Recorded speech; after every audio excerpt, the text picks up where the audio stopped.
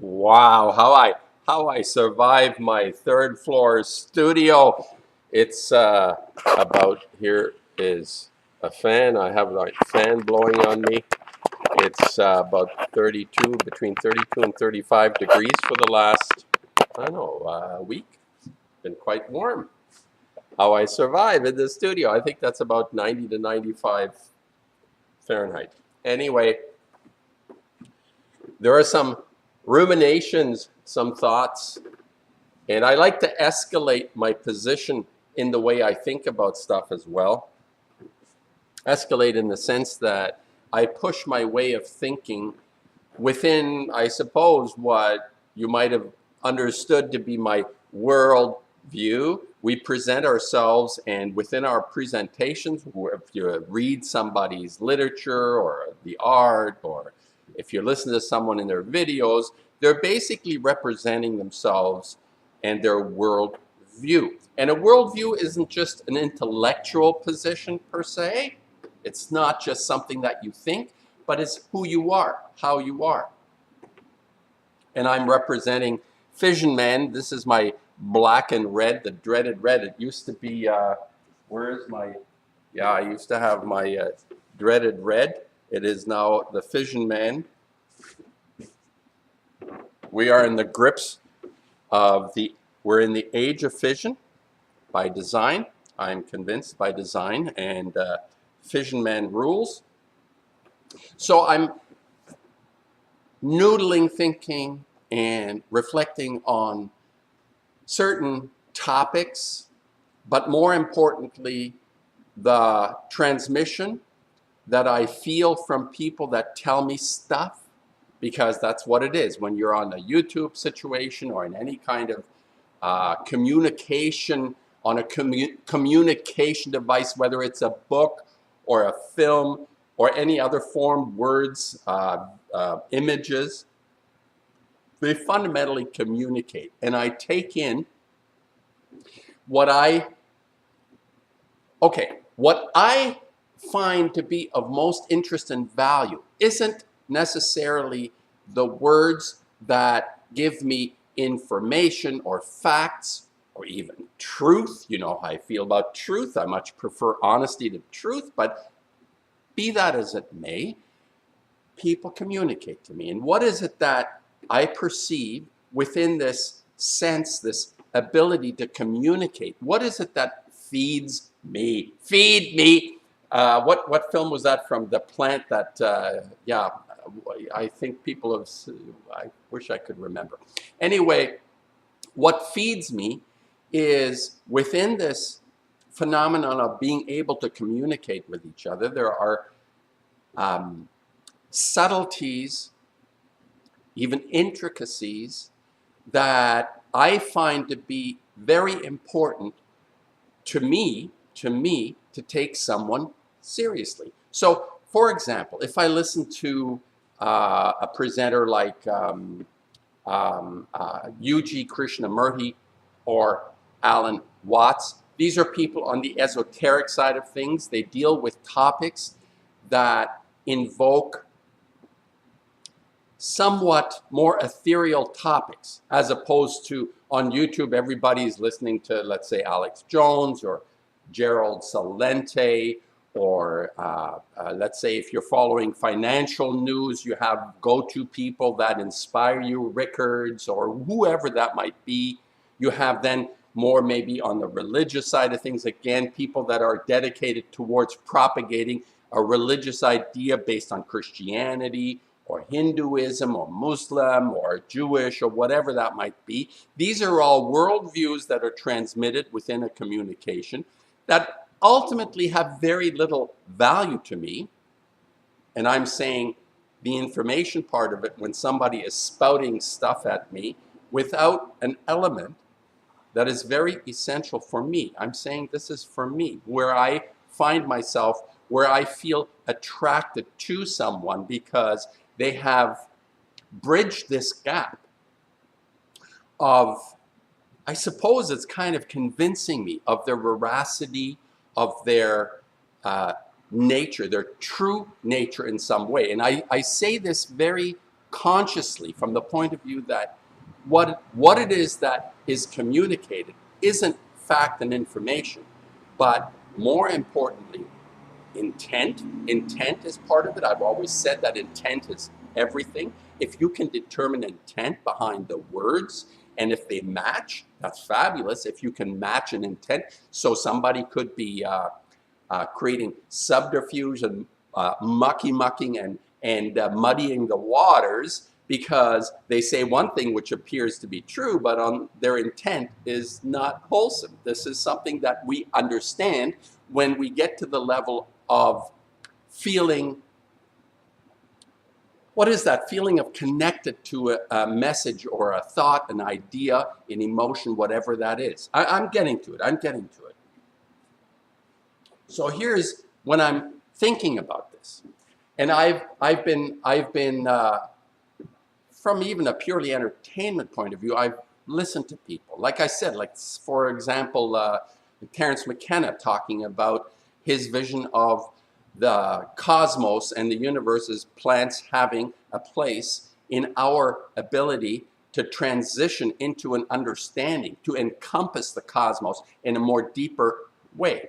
Hallucinogenics. I have not personally indulged, or I shouldn't say indulged, experienced that side of things, the mushroom. I am not interested in the mushroom because the way I interpret it, and I shouldn't maybe make it have a conclusion on this, but I am creating my own mushroom whenever I work, produce work. I am engaging my own nature, my own sense is connected to something that McKenna feels he needs external influences to push him towards that. And some people, maybe that works for them. You know, for me, I have no interest in it. Oh, sweet.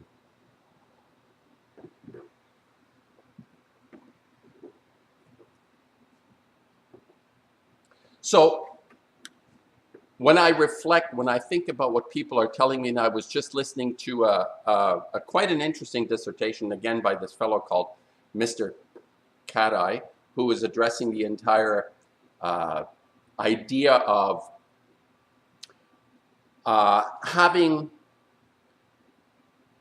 being influenced by entities other than what appear to be possibly what it is, human influence outside of our realm of existence. There are other entities, this may be very possible, maybe even likely, who have influenced our state of being into a level of what I see as total and utter dysfunction. Now, this is very important for me to identify that our existence now is primarily predicated on dysfunction rather than function. Now, what is it that I understand that allows me to exist within this dysfunction and not contribute more to this dysfunction? This is vital. This is very important for me, to feel not part of a dysfunction, even though I am participating. If I go and I go shopping and I buy something, and there are people that have expressed their disdain for stuff that comes out of China, all those things. I think we can make choices in our life that prevent us from being part of a dysfunction on many different levels. But I'm thinking more precisely, more concretely in terms of my worldview is influenced by what it is that some people may be able to communicate to me. And what is it that is vital for me to establish within myself a connection to that person who is communicating? Is it just the facts, man? Is it the facts? Is it the information that we get, which I've said we're overloaded? We're overloaded because we know everything already anyway. So for me, it has always been in my commentary, especially in the last, since 2013, maybe 2015, the last 3 years, I have understood something about myself that gives me a sense, a lack of a better word, I feel more in touch. I feel more able to exist within this dysfunction. I think this is largely a great preoccupation among people on YouTube. I'm talking about the wholesome ones, the ones that I somewhat feel attracted to, that they they navigate. People try in their best way to navigate this dysfunction and present a solution, resolution to the way we're acting, to the way we are. I'm coming to it. This is important from the point of view that my thoughts develop, they move within a way that represent my worldview and what is pivotal to me to be able to digest stuff like this Mr. Cat-Eye guy is fabulous on deciphering numbers. I think he's really onto something with the way he's identified patterns that are represented with numbers and patterns of behavior, which suggests, again, the dysfunction is being manipulated by intent. There is intent. This is what it suggests to me. That's what I'm trying to say. Okay, now where do I, for example, I'm not necessarily comparing this YouTuber to somebody like Terence McKenna or Yuji Krishnamurti or Alan Watts or Carl Sagan. I'm just saying that there are different ways of transmitting something, but the playing field is the same as they come to me. Now I'll explain this. They're all the same, not in terms of necessarily the information, but how they present themselves to me. And here is a very crucial point that separates the value for me of something that someone is saying. And they may be right, it may be true, it may be false, but even truth and lie or falseness has its impact on it. It's called like a straw man or setting up situations that create internal dysfunction within us in terms of unbalancing us, because there is, like the Goffman rule, Lonnie Clark goes into this, the 90-10% rule, to create 10% truth and 90% falseness. So there is a way of communicating something intentionally. This is the bad part, by intent, or unintentionally, but the result is the same. That where is it that I'm able to extract or to gain something from another person?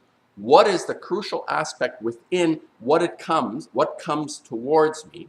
And it has to do, and this is something I was sitting under the fan, it's hot, and I say to myself, what really matters to me is if I sense within the other person that there is an experience within their lives, communicated through their words or through their art or whatever it is, that there is a level of having been loved.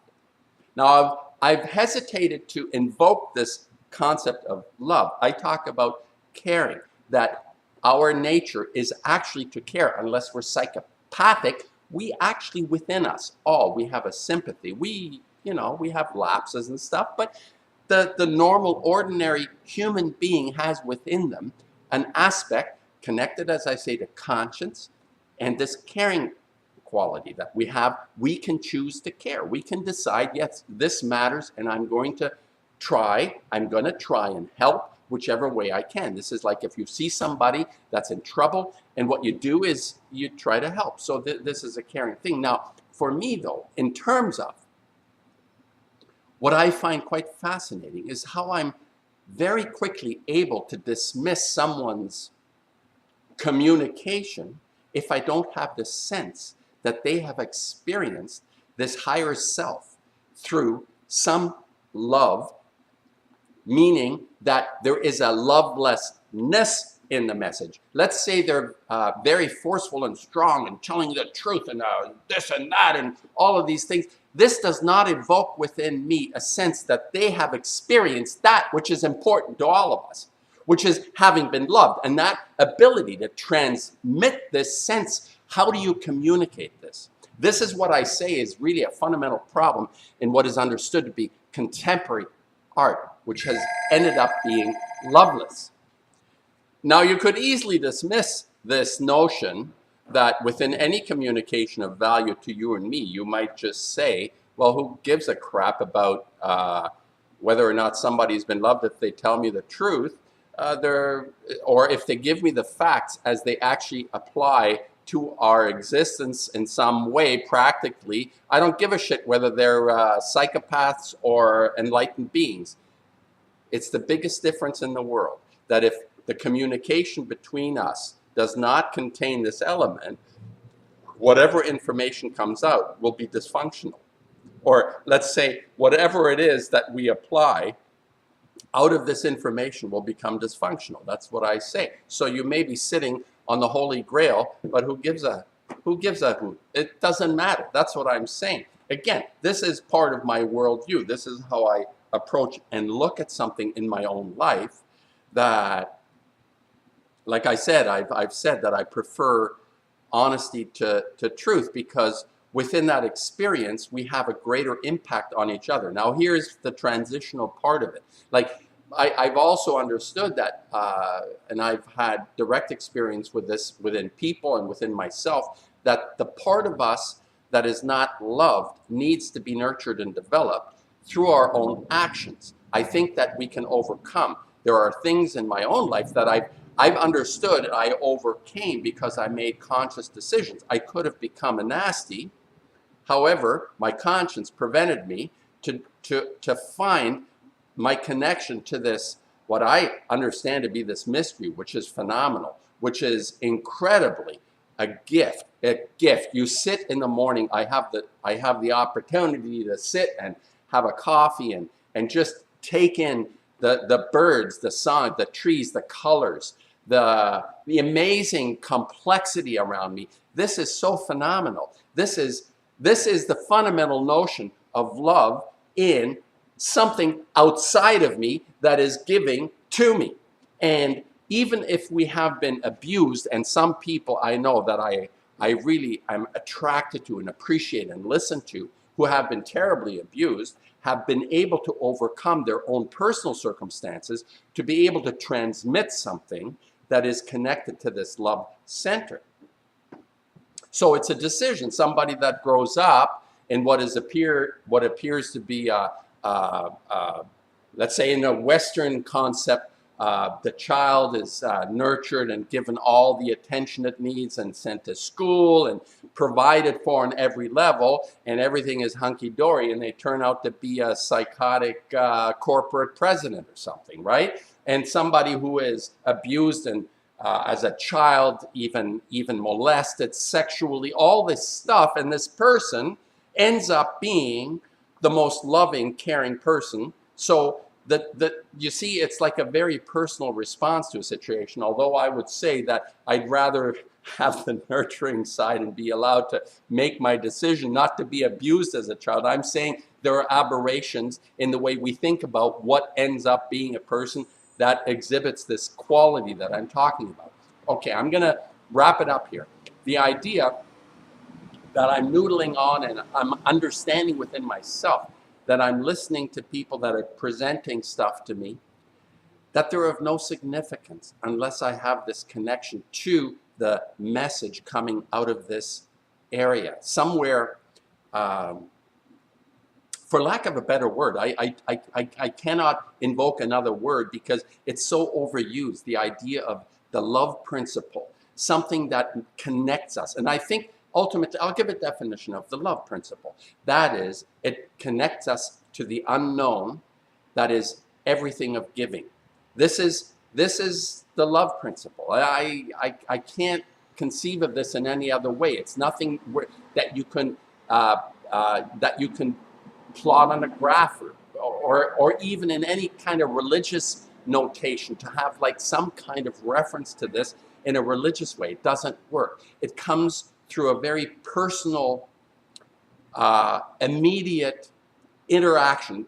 This thing is not something that is external. It's internal and continuously is presented, evoked, encouraged on all different levels, And it can be within information, and it can be within facts and the wisdom that might come. But the wisdom is of no value to me unless the source has this aspect of having been loved and recognizing that. And we've all been loved for the mere fact we exist. And then it deteriorates for quite a number, for a lot of people it deteriorates, especially when you have what I call the bastards, like Mr. Cat-Eye has pointed out, and so many others, the manipulation that goes on in order to benefit. And a last note on this, the idea that entities are out there manipulating us.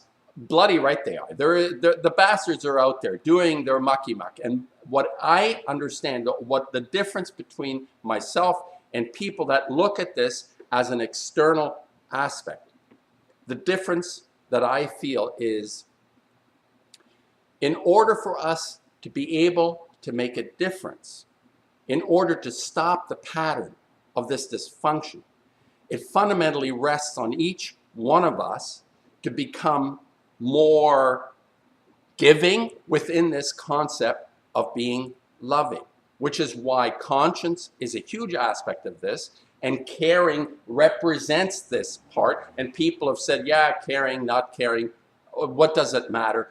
It hugely matters that it's not just spouting off words and making some artwork that's brilliant, but it has to be connected to this incredible phenomenon. I can't express it. It is a phenomenon. It is not something that I have understood in a practical sense, like a practical sense in terms of being able to articulate it other than what I said.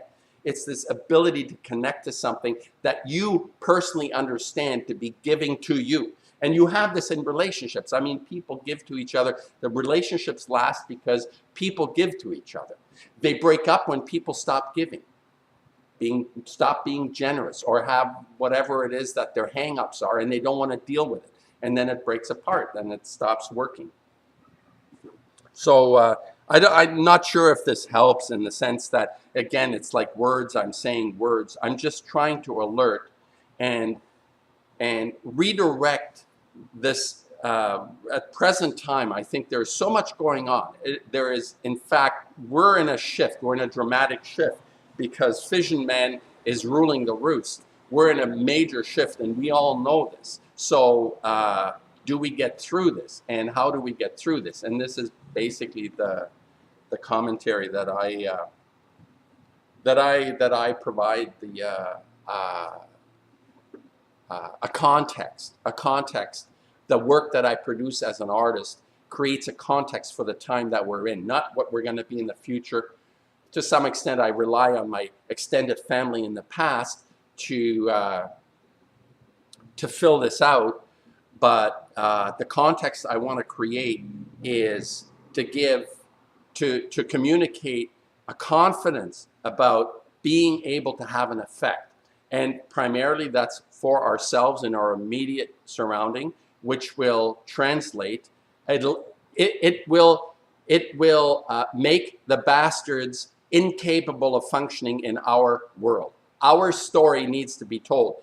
And the people that are creating the havoc around us will be absolutely peripheralized by our actions. Doesn't mean it's going to be easy or anything, just because you're a kind and a generous, caring and a loving person.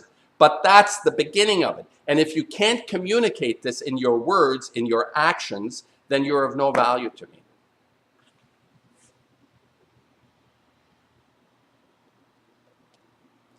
Let's not give in to this guy.